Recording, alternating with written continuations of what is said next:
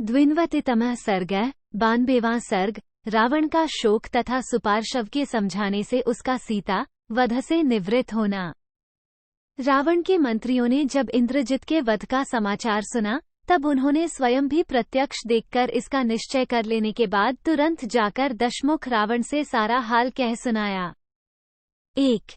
वे बोले, महाराज, युद्ध में विभीषण की सहायता पाकर लक्ष्मण ने आपके महातेजस्वी पुत्र को हमारे सैनिकों के देखते देखते मार डाला। 2। जिसने देवताओं के राजा इंद्र को भी परास्त किया था और पहले के युद्धों में जिसकी कभी पराजय नहीं हुई थी, वही आपका शूरवीर पुत्र इंद्रजित शौर्य संपन्न लक्ष्मण के साथ भिड़कर उनके द्वारा मारा गया। वह अपने बाणों द्वारा लक्ष्मण को पूर्णतः तृप्त करके उत्तम लोकों में गया। 3:1/2 युद्ध में अपने पुत्र इंद्रजित के भयानक वध का घोर एवं दारुण समाचार सुनने पर रावण को बड़ी भारी मूर्छा ने धर दबाया। 4:1/2 फिर दीर्घकाल के बाद होश में आकर राक्षस प्रवर राजा रावण पुत्र शोक से व्याकुल हो गया। उसकी सारी इंद्रियां अकुला उठी और वो दीनतापूर्वक विलाप करने लगा। 5:1/2 हा पुत्र, हा राक्षस सेना के महाबली कर्णधार, तुम तो पहले इंद्र पर भी विजय पा चुके थे, फिर आज लक्ष्मण के वश में कैसे पड़ गए? 6:1/2 बेटा, तुम तो कुपित होने पर अपने बाणों से काल और अंतकों भी विदीर्ण कर सकते थे, मंदराचल के शिखरों को भी तोड़ फोड़ सकते थे, फिर युद्ध में लक्ष्मण को मार गिराना तुम्हारे लिए कौन बड़ी बात थी? 7:1/2 महाबाहो, आज सूर्य के पुत्र प्रेतराज यम का महत्व मुझे अधिक जान पड़ने लगा है, जिन्होंने तुम्हें भी कालधर्म से संयुक्त कर दिया। 8:1/2 समस्त देवताओं में भी अच्छे योद्धाओं का यही मार्ग है। जो अपने स्वामी के लिए युद्ध में मारा जाता है, वो पुरुष स्वर्गलोक में जाता है। 9 आज समस्त देवता, लोकपाल तथा महर्षि इंद्रजी का मारा जाना सुनकर निडर हो सुख की नींद सो सकेंगे। 10 आज तीनों लोक और काननों सहित यह सारी पृथ्वी भी अकेले इंद्रजित के न होने से मुझे सूनी सी दिखाई देती है। 11 जैसे गजराज के मारे जाने पर पर्वत की कंदरा में हथिनियों का आर्तनाद सुनाई पड़ता है, उसी प्रकार आज अंतपुर में मुझे राक्षस कन्याओं का करुण क्रंदन सुनना पड़ेगा। 12 शत्रुओं को संताप देने वाले पुत्र, आज अपने युवराज पद को, लंकोपुरी को, समस्त राक्षसों को, अपनी माँ को, मुझको और अपनी पत्नियों को, हम सब लोगों को छोड़कर तुम कहाँ चले गए? 13 वीर, होना तो यह चाहिए था कि मैं पहले यमलोक में जाता और तुम यहाँ रहकर मेरे प्रेत कार्य करते, परंतु तुम विपरीत अवस्था में स्थित हो गए, तुम परलोकवासी हुए और मुझे तुम्हारा प्रेत कार्य करना पड़ेगा। 14 हाय, राम, लक्ष्मण और सुग्रीव अभी जीवित हैं। ऐसी अवस्था में मेरे हृदय का कांटा निकाले बिना ही तुम हमें छोड़कर कहाँ चले गए? 15 इस प्रकार आर्तभाव से विलाप करते हुए राक्षसराज रावण के हृदय में अपने पुत्र के वध का स्मरण करके महान क्रोध का आवेश हुआ। 16 एक तो वह स्वभाव से ही क्रोधी था, दूसरे पुत्र की चिंताओं ने उसे उत्तेजित कर दिया, जलते हुए को और भी जला दिया। जैसे सूर्य की किरणें ग्रीष्म ऋतु में उसे अधिक प्रचंड बना देती हैं।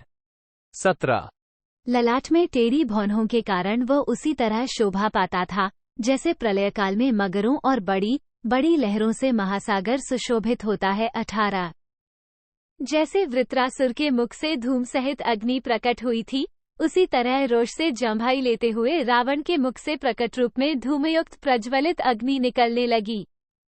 19 अपने पुत्र के वध से संतप्त हुआ शूरवीर रावण सहसा क्रोध के वशीभूत हो गया। उसने बुद्धि से सोच विचार कर विदेह कुमारी सीता को मार डालना ही अच्छा समझा। 20 रावण की आंखें एक तो स्वभाव से ही लाल थीं, दूसरे क्रोधाग्नि ने उन्हें और भी रक्तवर्ण की बना दिया था, अतः उसके वे दीप्तिमान नेत्र महान घोर प्रतीत होते थे। 21 रावण का रूप स्वभाव से ही भयंकर था, उस पर क्रोधाग्नि का प्रभाव पड़ने से वो और भी भयानक हो चला और कुपित हुए रुद्र के समान दुर्जय प्रतीत होने लगा। 22 क्रोध से भरे हुए उस निशाचर के नेत्रों से आंसुओं की बूंदें गिरने लगी, मानो जलते हुए दीपकों से लौ के साथ ही तेल के बिंदु झड़ रहे हों। 23 वह दांत पीसने लगा। उस समय उसके दांतों के कटकटाने का जो शब्द सुनाई देता था, वह समुद्र, मंथन के समय दानवों द्वारा खींचे जाते हुए मंथनयंत्र स्वरूप मंद्राचल की ध्वनि के समान जान पड़ता था। कालाग्नि के समान अत्यंत कुपित हो वह जिस दिशा की ओर दृष्टि डालता था, उस दिशा में खड़े हुए राक्षस भयभीत हो खंभे आदि की ओट में छिप जाते थे। 25 चराचर प्राणियों को ग्रस लेने की इच्छा वाले कुपित काल के समान संपूर्ण दिशाओं की ओर देखते हुए रावण के पास राक्षस नहीं जाते थे, उसके निकट जाने का साहस नहीं करते थे। 26 तब अत्यंत कुपित हुआ राक्षसराज रावण युद्ध में राक्षसों को स्थापित करने की इच्छा से उनके बीच में खड़ा होकर बोला। 27 निशाचरों, मैंने सहस्रों वर्षों तक कठोर तपस्या करके विभिन्न तपस्याओं की समाप्ति पर स्वयंभू ब्रह्माजी को संतुष्ट किया है। 28 उसी तपस्या के फल से और ब्रह्माजी की कृपा से मुझे देवताओं और असुरों की ओर से कभी भय नहीं है। मेरे पास ब्रह्माजी का दिया हुआ कवच है जो सूर्य के समान दमकता रहता है। देवताओं और असुरों के साथ घटित हुए मेरे संग्राम के अवसरों पर वो वज्र के प्रहार से भी टूट नहीं सका है। 30 इसलिए यदि आज मैं युद्ध के लिए तैयार हो रथ पर बैठकर रणभूमि में खड़ा हूं तो कौन मेरा सामना कर सकता है? साक्षात इंद्र ही क्यों न हो, वो भी मुझसे युद्ध करने का साहस नहीं कर सकता। 31 उन दिनों देवासुर संग्राम में प्रसन्न हुए ब्रह्माजी ने मुझे जो बाण सहित विशाल धनुष प्रदान किया था, आज मेरे उसी भयानक धनुष को सैकड़ों मंगल वाद्यों की ध्वनि के साथ महासम में राम और लक्ष्मण का वध करने के लिए ही उठाया जाए। 32-33 पुत्र के वध से संतप्त हो क्रोध के वशीभूत हुए क्रूर रावण ने अपनी बुद्धि से सोच विचार कर सीता को मार डालने का ही निश्चय किया। 34 उसकी आंखें क्रोध से लाल हो गईं और आकृति अत्यंत भयानक दिखाई देने लगी। वो सब और दृष्टि डालकर पुत्र के लिए दुखी हो दीनतापूर्ण स्वर वाले संपूर्ण निशाचरों से बोला। 35 मेरे बेटे ने माया से केवल वानरों को चकमा देने के लिए एक आकृति को ये सीता है ऐसा कहकर दिखाया और झूठे ही उसका वध किया था। 36 सो आज उस झूठ को मैं सत्य ही कर दिखाऊंगा और ऐसा करके अपना प्रिय करूंगा।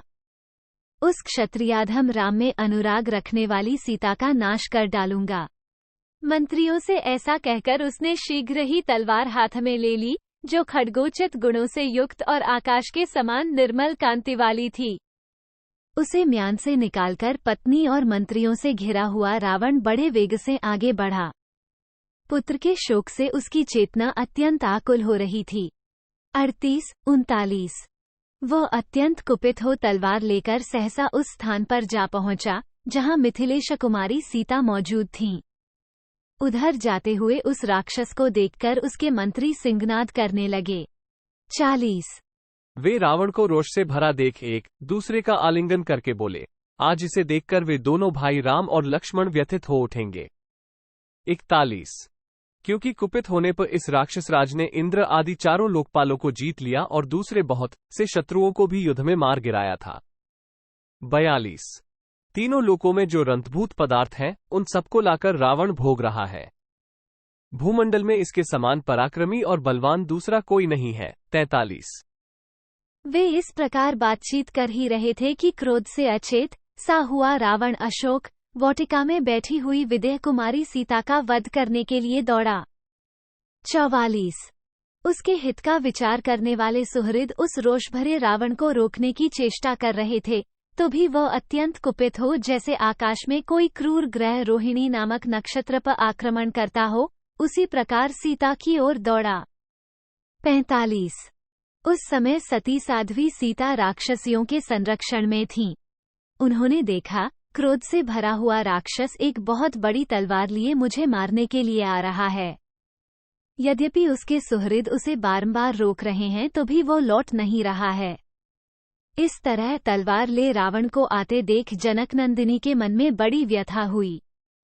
46-47 सीता दुख में डूब गईं और विलाप करती हुई इस प्रकार बोली, ये दुर्बुद्धि राक्षस जिस तरह कुपित हो स्वयं मेरी ओर दौड़ा आ रहा है, इससे जान पड़ता है ये सनाथ होने पर भी मुझे अनाथा की भांति मार डालेगा। 48-1/2 मैं अपने पति में अनुराग रखती हूं तो भी इसने अनेक बार प्रेरित किया कि तुम मेरी भार्या बन जाओ। उस समय निश्चय ही मैंने इसे ठुकरा दिया था। मेरे इस तरह ठुकराने पर निश्चय ही यह निराश हो क्रोध और मोह के वशीभूत हो गया है और अवश्य ही मुझे मार डालने के लिए उद्यत है। 51/2।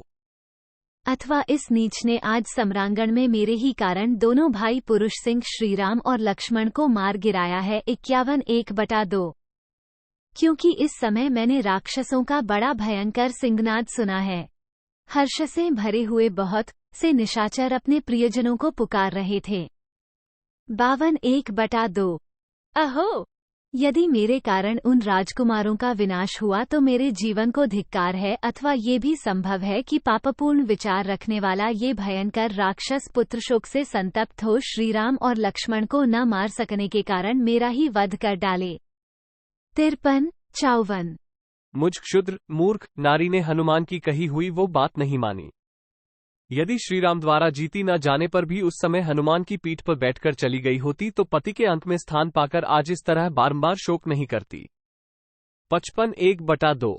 मेरी सास कौशल्या एक ही बेटे की मां है। यदि वे युद्ध में अपने पुत्र के विनाश का समाचार सुनेंगी तो मैं समझती हूं कि उनका हृदय अवश्य फट जाएगा। 56/1/2। वे रोती हुई अपने महात्मा पुत्र के जन्म, बाल्यावस्था, युवावस्था, धर्म, कर्म तथा रूप का स्मरण करेंगी। 57/1/2। अपने पुत्र के मारे जाने पर पुत्र दर्शन से निराश एवं अचेत सी हो वे उनका श्राद्ध करके निश्चय ही जलती आग में समा जाएंगी अथवा सरयू की जलधारा में आत्मविसर्जन कर देंगी। 58/1/2। पापपूर्ण विचारवाई उस दुष्टा कुबड़ी मंथरा को धिक्कार है जिसके कारण मेरी सास कौशल्या को ये पुत्र का शोक देखना पड़ेगा। 59/1/2। चंद्रमा से बिछुड़कर किसी क्रूर ग्रह के वश में पड़ी हुई रोहिणी की भांति तपस्विनी सीता को इस प्रकार विलाप करती देख रावण के सुशील एवं शुद्ध आचार विचार वाले सुपार्श्व नामक बुद्धिमान मंत्री ने दूसरे सचिवों के मना करने पर भी उस समय राक्षसराज रावण से यह बात कही। 60/62। महाराज दशग्रीव, तुम तो साक्षात कुबेर के भाई हो, फिर क्रोध के कारण धर्म को तिलांजलि दे विदेह कुमारी के वध की इच्छा कैसे कर रहे हो? 63। वीर राक्षसराज, तुम विधिपूर्वक ब्रह्मचर्य का पालन करते हुए वेद विद्या का अध्ययन पूरा करके गुरुकुल से स्नातक होकर निकले थे और तब से सदा अपने कर्तव्य के पालन में लगे रहे, तो भी आज अपने हाथ से एक स्त्री का वध करना तुम कैसे ठीक समझते हो? 64। पृथ्वीनाथ, इस मिथिलेश कुमारी के दिव्य रूप की ओर देखो, देखकर इसके ऊपर दया करो और युद्ध में हम लोगों के साथ चलकर राम पर ही अपना क्रोध उतारो। आज कृष्ण पक्ष की चतुर्दशी है, अतः आज ही युद्ध की तैयारी करके कल अमावस्या के दिन सेना के साथ विजय के लिए प्रस्थान करो। 66। तुम शूरवीर, बुद्धिमान और रथी वीर हो। एक श्रेष्ठ रथ पर आरूढ़ हो खड्ग हाथ में लेकर युद्ध करो। दशरथ नंदन राम का वध करके तुम मिथिलेश कुमारी सीता को प्राप्त कर लोगे। 67। मित्र के कहे हुए उस उत्तम धर्मानुकूल वचन को स्वीकार करके बलवान दुरात्मा रावण महल में लौट गया और वहां से फिर अपने सुहृदों के साथ उसने राजसभा में प्रवेश किया। 68। इत्यार्षे श्रीमद् रामायणे वाल्मीकि आदिकाव्ये युद्धकांडे द्विन्वतितमः सर्गः 92। इस प्रकार श्री वाल्मीकि निर्मित आश्रामायण आदिकाव्य के युद्धकांड में 92वां सर्ग पूरा हुआ। 92।